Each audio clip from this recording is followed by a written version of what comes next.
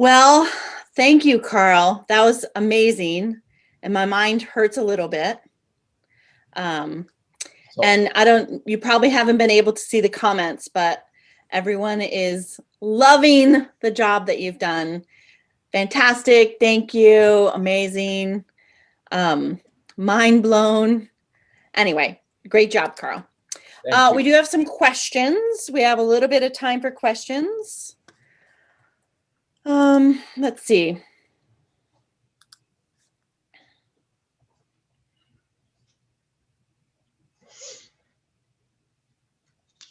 Well, there was one really early question. Someone asked if you could explain a little bit more about the inside of the seed and where the term mucilage comes from. Oh, on the green coffee side, if I'm not that I wanted to dodge the bullet here, but the Mike has an a particular talks about the mucilage and the structure, the agricultural part of the bean itself. So there's a presentation coming with reference to that, but it is the mucilage is basically that forms on the bean after the picking process before the fermenting. It's the outside uh, um,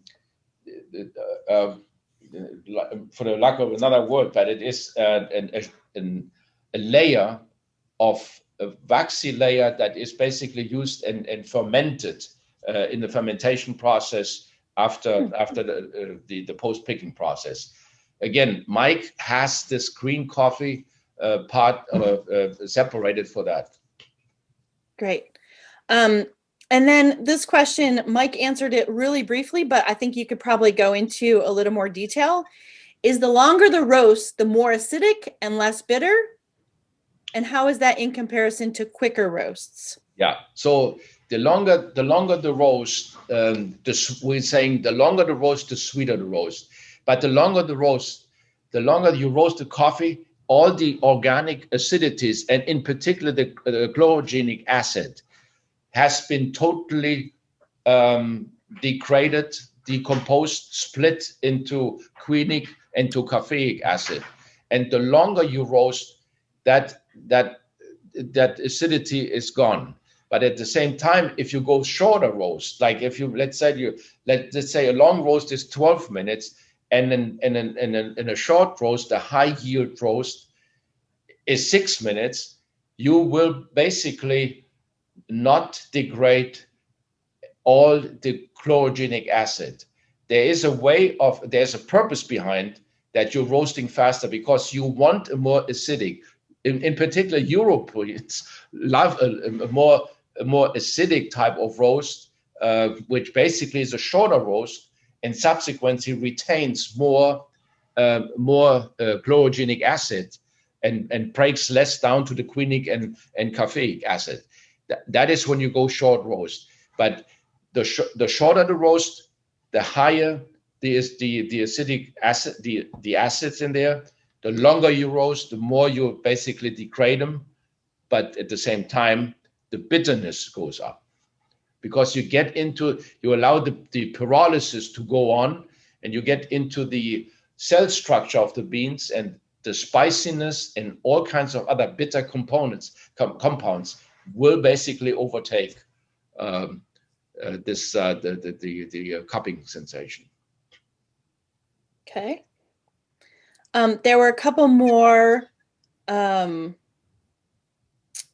comments in the chat window, and I think Mike will cover these, but let's just make sure. Could you please give us an example of parchment pulp dried, fruit dried coffee, and seed dried coffee?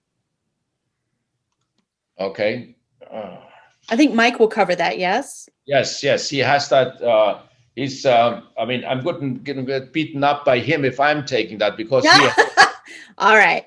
And then this one, I think Mike might touch on this, but I just want to read this question because I think it's a good one.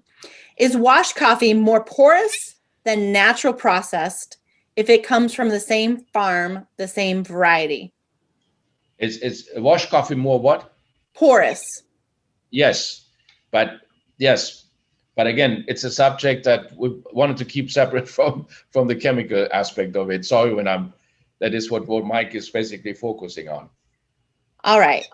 Well, we have reached the official end of your time, and I know we'll see you again later today. So if anyone has any more questions for Karl, please put them in the Q&A. Yes. Karl, thank you so much. As always, your insight into the chemistry of coffee is just, it's mind-blowing, really. Thank you very much for breaking it down for us all. And I know everybody's dying to rewatch it. Someone even said they want to watch it 100 times. Thank you.